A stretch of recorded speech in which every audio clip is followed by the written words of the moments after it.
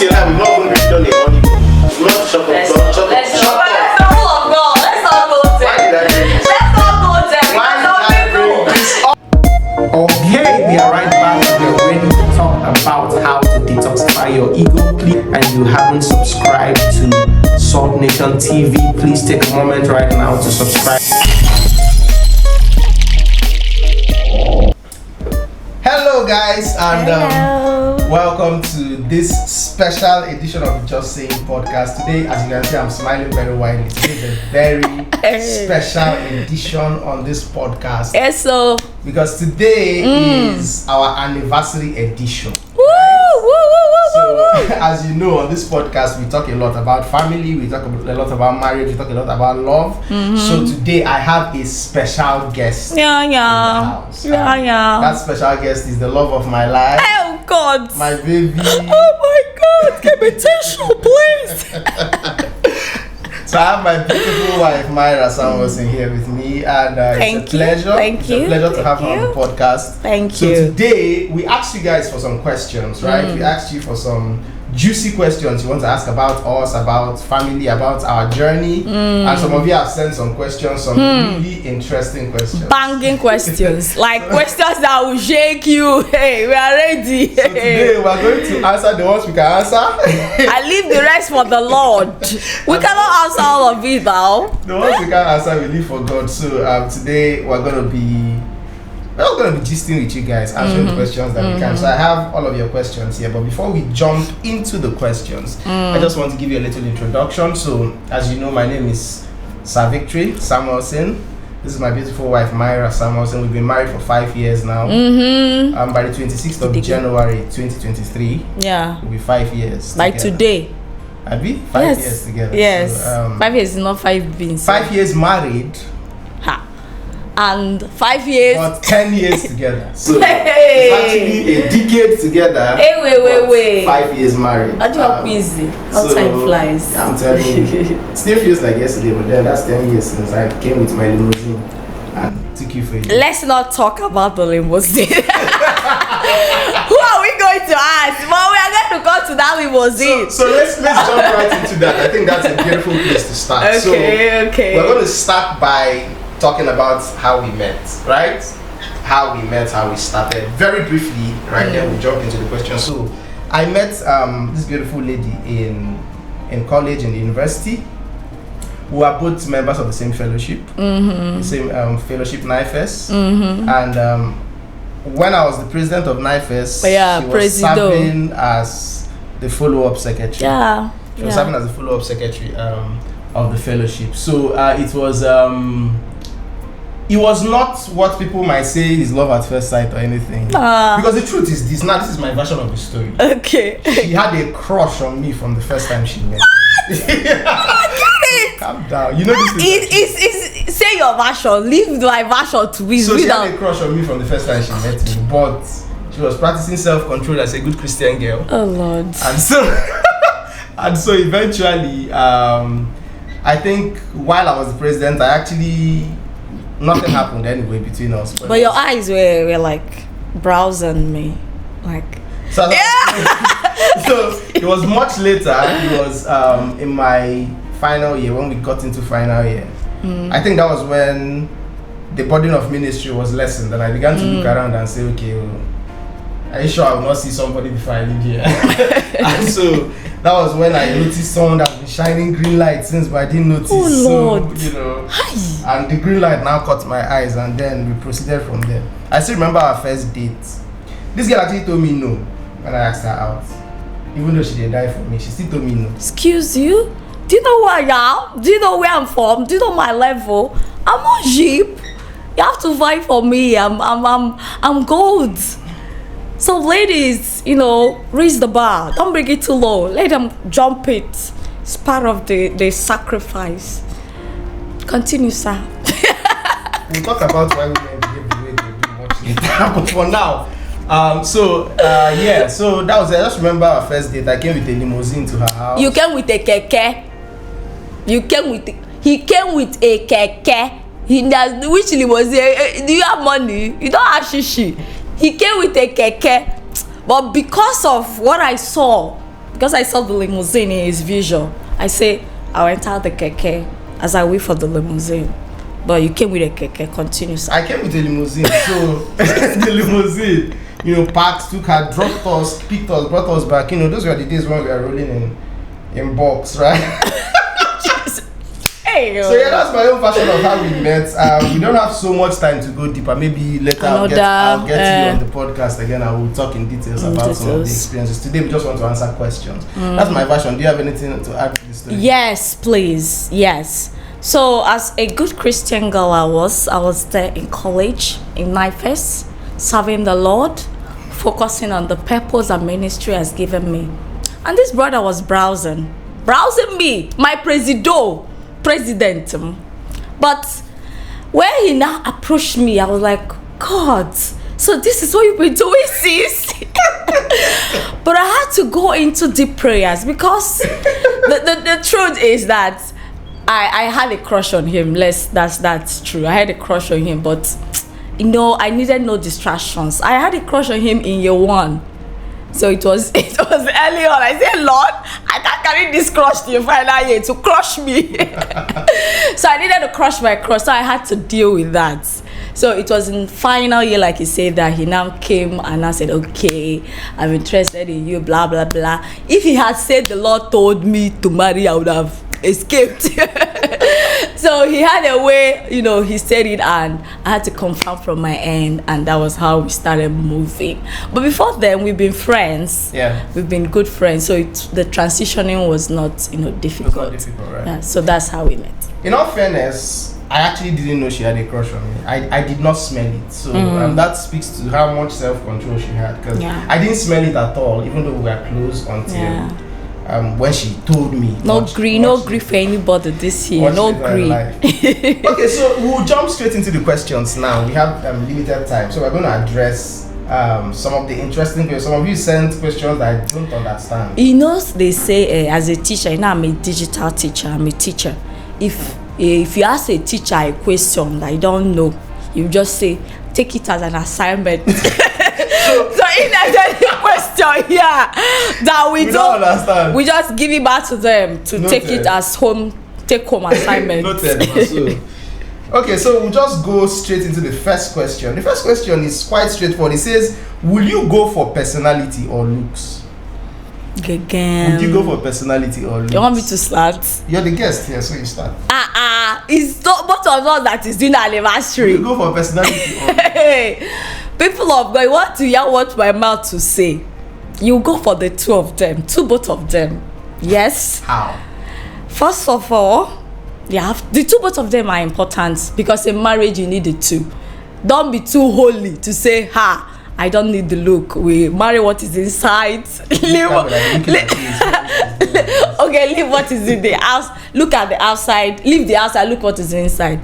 People of God, when you marry and you wake up every morning and you're looking at that thing that is on the outside, if you don't like that thing that is the outside, you be like, God, how did I get this packaging?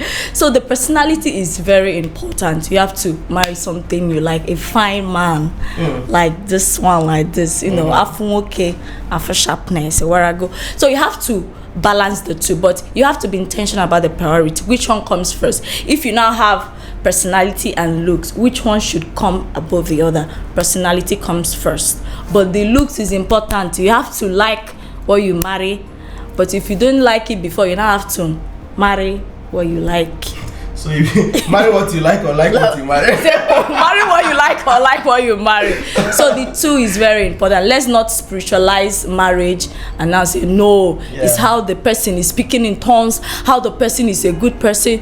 Because in marriage there'll be a lot of, for the men, fine girls, you're going to be seeing them every day. And because you're visually stimulated, you need to be seeing that fineness in your own house.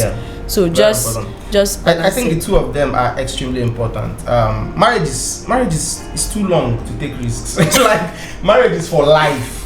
So I don't think it's wise to take any risks of choosing one over the other. I think God has made it possible for you to find both in the same person, right? So you have to be physically attracted to the person you're going to marry. However, looks should not be what seals the deal, right? Yeah. Looks, the idea is that you should be physically attracted. That's why you approach. Yeah. And then you now have to know the person. That's why we cut. That's why we now grow. And now, if you like the personality, if you like the direction, the person's purpose, the person's vision, if it aligns with yours, then you go ahead. But I think looks is the bait, and it's important because at many times in marriage, what you're doing inside the house for 24 hours is just being with each other. If you don't like that package, it's not going to be wonderful. So I think the answer generally is both. So for me, which one?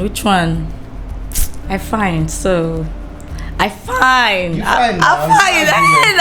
So the two both of them like jump for you. Okay, so we'll jump straight to the next question. I have no idea why this person sent me. Want to go out this weekend? No, we don't want to go out this weekend. We are booked this weekend. We are not available. We are going for our anniversary. I'm not going out with you this weekend. Okay. Okay, this question. We'll answer this question a little later. Okay. This one is really interesting. Okay. It says, how do you have sex? Hey! It says... I said we should bring water to this. I talk let's have water in this thing. Oh, no. You say no water. Hold on. How do you have sex? Do you moan or do you do it in a godly way? Hey, God. People of God, people get mad though. The kind of question you're asking us, you get mad. Man of the house, you're going to start. You're going to, lead the way. I don't know who sent this question. Anyway, we asked you to send questions, and you sent questions, so I can't diss you for sending questions. However, this is a very interesting question. It says, how do you have sex? Do you moan or do you do it in a godly way? First of all, I have to ask the person, if I know the person that is, what is a godly way? What exactly? What is a godly way? Is there an ungodly way to of have having sex with your partner? Yeah. I'm one of those who believes that what happens in the bedroom between two people is their business. Exactly. As long as you're committed to each other, you're married, the person is your spouse, what happens there is between the both of you. There is no rule book on how to have sex. There's no rule book on how to have sex. However, in our experience, because we were both sexually inexperienced when we got married, because oh my God. Both of us were virgins when we got married, so we didn't know what the hell we were doing. So that was the fun. We've had to learn together. We've had to grow together. And so, if in the person's mind, what the person means by the godly way is missionary, come down to me, lie down. Let me approach your holy of holies. I shall come into my bride. And then, no, we have fun. That's it, because I think the question, the direction the person is coming from. Some persons they enter into marriage, and that sex is like they don't want to fully express themselves during the process. Maybe they want to shout, they feel like shouting is ungodly. Yes, or they want to moan, they feel like moaning is for all these pornography people that they see. So for me, like you said, you have to be free. There is no ungodliness in having sex with your partner. Spouse. Yes, as long as people have agreed. And please, don't if your partner is expressing something, like you be like, what are you doing? No, stop doing that, stop moaning or stop laughing, or it's freedom. Because the Bible says that the two were naked and they were not ashamed. So that is the part of marriage that you shouldn't be ashamed. So we do it, I don't even want to say, we do it a godly and ungodly way. We do it anyhow. You understand? We do it as the spirit. Anyhow, anywhere, anytime, any style. But our soundtrack is nice. Oh God. This guy. My point is that there's no point pretending. The point of sex is pleasure. Pleasure, God gave you sex for procreation. God gave you sex for pleasure.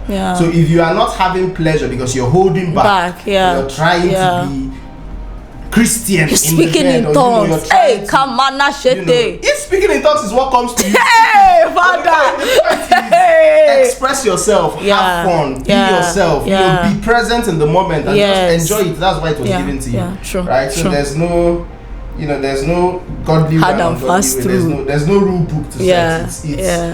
the goal is that you're exploring each other's bodies, you're understanding each other's bodies with time, and you're getting better and better at the act of how to please one another. So that's the goal. The goal every time you meet should be to please your partner as much as you can. So that's what it is. You know, that's how we roll. Okay, let's move on to the next question. Are you ready for the next question? It says, have you ever suspected your partner of cheating? Why are you winking? Let me shake. The truth is that no, but as in suspect, like, is my king going? No, I don't have time for that. That is one major reason you should marry the right person.